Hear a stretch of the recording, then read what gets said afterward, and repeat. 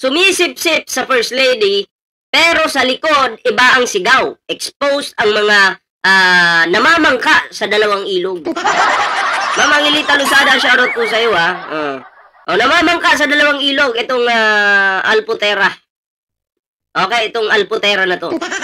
Salamat po sa mga nag-like dyan, ha. Huwag kalimutang mag-like, share, subscribe sa ating topic ngayon, sa ating live ngayon. Ayan. Ayan, grabe, no?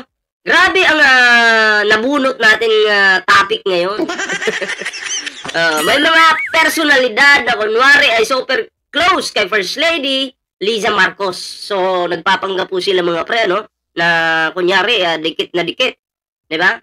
Pero, yung pala, pag nakatalikod na yung First Lady, binibira na. Ha? Anong tawag sa mga yan? Mga mangga. Diba? Alam mo yung yung tipong todo beso-beso dito, diba? Todo ngiti, todo sip-sip kapag kaharap. Pakita natin yung pagiging sip-sip. Okay? Ng mga taong ito, mga pre. Play natin yung video. They're here. They're here. Daniel, sige. Side room para hindi rin siya. Makikita nyo dyan, nalalabas po ang First Lady dyan. Lalabas po. At tingnan nyo ngayon yung mangyayari dyan. Diba? Tingnan nyo, paglabas ng First Lady, may buhayang sumalubong. May plastic na sumalubong. Grabe. Ibang klase. Tuloy. Yay! You're fine, you're fine. Kunyari, beso-beso muna, yung mga nakapula, plastic. Diba? Yun na yung sinasabi ko sa inyo eh. Plastic talaga itong pamilyang ito, mga pre. Diba? Hindi po mapapagkatiwalaan. Bakit? Pag-uusapan po natin yan ngayon, diba? Pero syempre, panoorin muna natin yung video. Diba? Tingnan nyo yung kaplastikan, ha? Baka urukan to. Kinig lang habang nag-aasikaso sa kusina. Shoutout po sa iyo, Mamang Hilita Lusada. You're fine, you're fine. Plastic! Diba?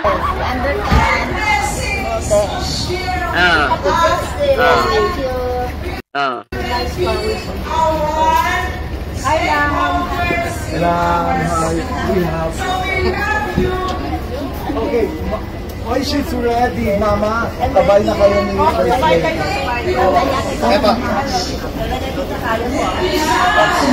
Ngayon, bakit nga ba ganon? Bakit nga ba ito yung topic natin, mga pre? Alam mo, matindi itong mga ang pamilyang ito eh, di ba? Napaka, para silang, parang alam mo yung para silang ahas na nakakalason talaga. Di ba? So, ito na, no? Alam niyo yung tipong, alam niyo yung tipong, ang ganda sa harap, di ba? Maganda sila kaharap, kausap. Pero sa likod, may sariling script. Marilyn Castro, shoutout po sa iyo. Sa likod, may sariling, may sariling, di ba? In short, demonyo. Diba? Ganyan mismo ang ugali ng ilang nasa likod. Ng mga political operator dyan sa Negros. Hindi ko nababanggitin ang eksaktong mga pangalan nila, diba? Alam nyo na yan, syempre. Pero ang mahalaga, kahapon, kahapon, kalyado. Kinabukasan, kalaban or kontra na. Etong pamilyang ito, pabor po ito sa BBM resign na ginagawa ng mga DDS. Di umano. Kahapon kabeso-beso. Ngayon, kabeso-beso pero may plano sa likod. Anong tawag dyan? Two-face tactics. Diba? siguro. Pakisagutan din yung poll natin dyan, ha, sa live comments natin. May poll po tayo dyan. Okay. Ayan, ha. Para makikita natin talaga dyan kung may DDS ba talaga na tatanga-tanga. Magandang sagutan po muna yung poll natin dyan sa taas, sa live comments natin. Okay. So, eto na. May tanong kayo? Meron ba kayong mga katanungan? Bakit naman sila biglang kumukontra sa First Lady pag nakatalikod? Yun yung tanong. Sample, yung interest. Hindi interest ng bayan. Ayan, kundi interest nila. Negosyo nila, koneksyon nila, at protection nila. Kaya nga tinawag kong tinawag ko silang plastic, di ba? Orokan. At kapag ang isang grupo ay sanay sa luma nilang kapangyarihan, syempre, ayaw nilang mawala. Ayaw nilang masilip. Ayaw nilang tumingin sa mga transaksyon nila. Kaya ngayon, doble kara ang laro ng mga pamilyang ito. Diba? Ibang klase. Shoutout kay Luna. Shoutout po sa'yo. Ayan. Doble kara. Diba? Ibang klase pag doble kara. Malupit yan. At delikado. Diba? Eto pa. May mga bulong-bulungan. May mga bulong-bulungan pa nga na may ilang grupo na naglalabas ng pondo para sa kilos protesta o pamumulitikang galawan laban sa kasalukuyang administrasyon. Kung natatandaan po ninyo mga pre, di umano, si Alputero po yung nagpupundo din doon sa sa mga pagtitipon doon sa dahig. Diba? Alputera, di umano yung nagpupondo doon kasi syempre may mga pera yung mga yan, mga pera yung mga yan Roque Litada, shoutout po sa'yo. Ayan. Kung totoo man ito, hindi. Ayan Ang punto ay ito. Ayan Bakit ka ehem ng ehem sa First Lady kung iba naman pala ang suportado mo sa likod? Alputera. Yan yung mga problema. Yan yung problema ng mga taong mahirap pagkatiwalaan. Kapag hindi, pareho ang mukha mo sa harap at sa likod. Diba? Salamat po sa mga nag-like dyan sa ating live, Ito pang masaklap. May mga kwento tungkol sa ghost project style dealing sa ilang lugar sa Negros Occidental. Hindi natin sinasabing sila agad ang may sala. Okay? Pero bakit parang sobra-sobrang effort nilang manghimasok sa dalawang kampo? Diba? Alam mo, ito, marami na rin namang nagko-comment dyan sa, sa kalat na ito sa Facebook, TikTok, na ang tinutukoy na may kapalpakan, okay, pagdating sa ghost projects, dyan sa Negros, ay ang mga Alputera. Bakit po? Tingnan natin to Tingnan natin. Nakita nyo yan, 57 million. Diba? Magkapareho po yung presyo. So ayon po dyan sa Senado, pag yan ay parehong presyo, ibig sabihin, may ano po yan, may kapalpakan na. Diba? Kita nyo yan, yung may circle. Okay? Ay, may kapalpakan na kung ganun. Ito pa po yung isa. Ito pa po yung isa. Ayan. Ano to? Kulang-kulang 9 million to. Diba? Jakitan nga natin itong isa.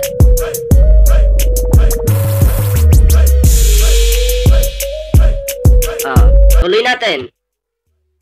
May jacket ka na po Jose Granada. Grabe yung pangalan mo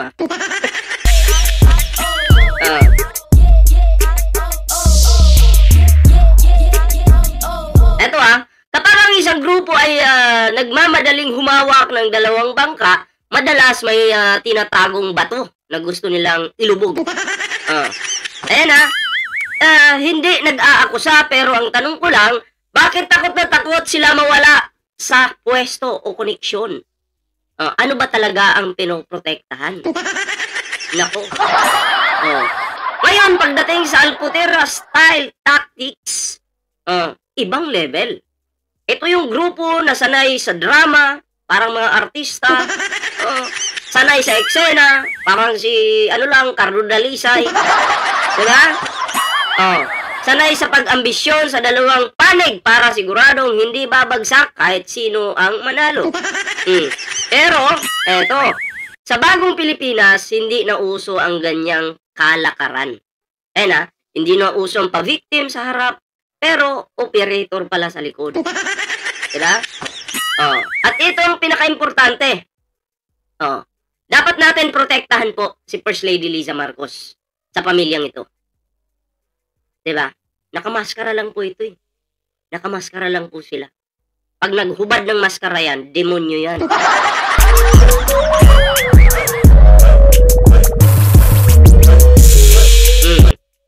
Diba?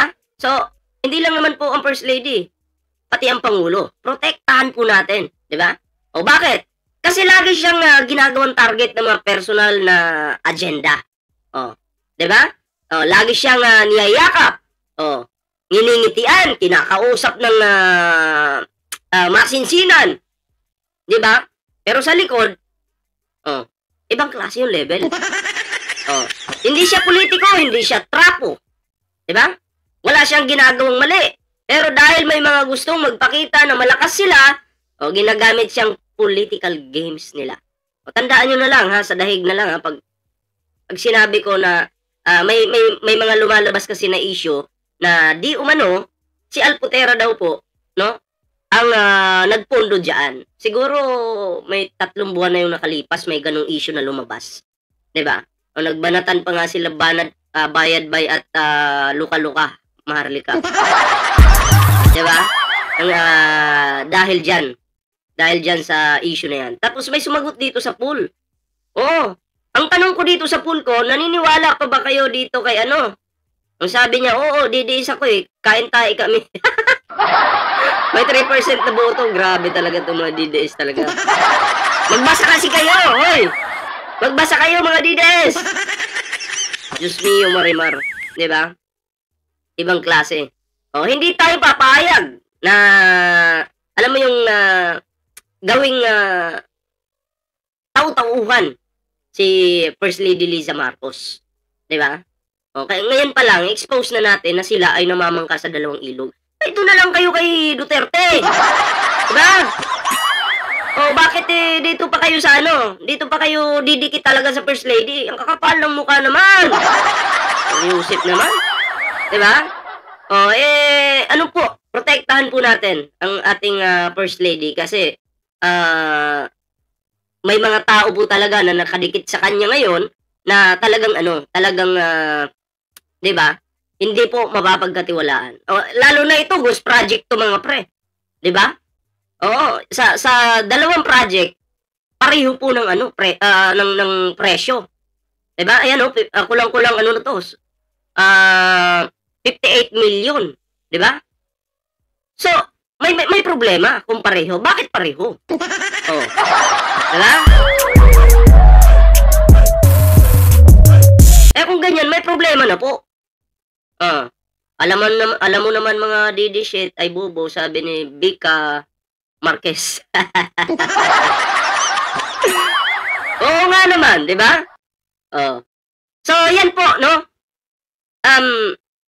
Basta pag sinabing Alputera, lalo na to, pakita ko sa inyo, sa mga bagong pasok dyan. Ito yung halik ng beso-beso ng isang taong hindi mapapagkatiwalaan. Ayan, lumabas yung First Lady. Lumabas yung First Lady. You're fine. Kunyari, beso-beso si Lola. Sana all. Diba? Pero pag tinanggalan mo ng maskara yan, magugulat ka po. Magugulat ka. Diba? Kunyari, concern sa First Lady, mahal na mahal yung First Lady, pero concern nga ba? Hindi ka nga ba plastic? Shoutout sa'yo pre ha, Marge Marasigan TV. Ayan. Magandang gabi. So, yun lang mga pre. Ingat-ingat po tayo sa mga taong plastic. Ha? Protektahan natin yung nararapat, yung kailangan protektahan. Okay?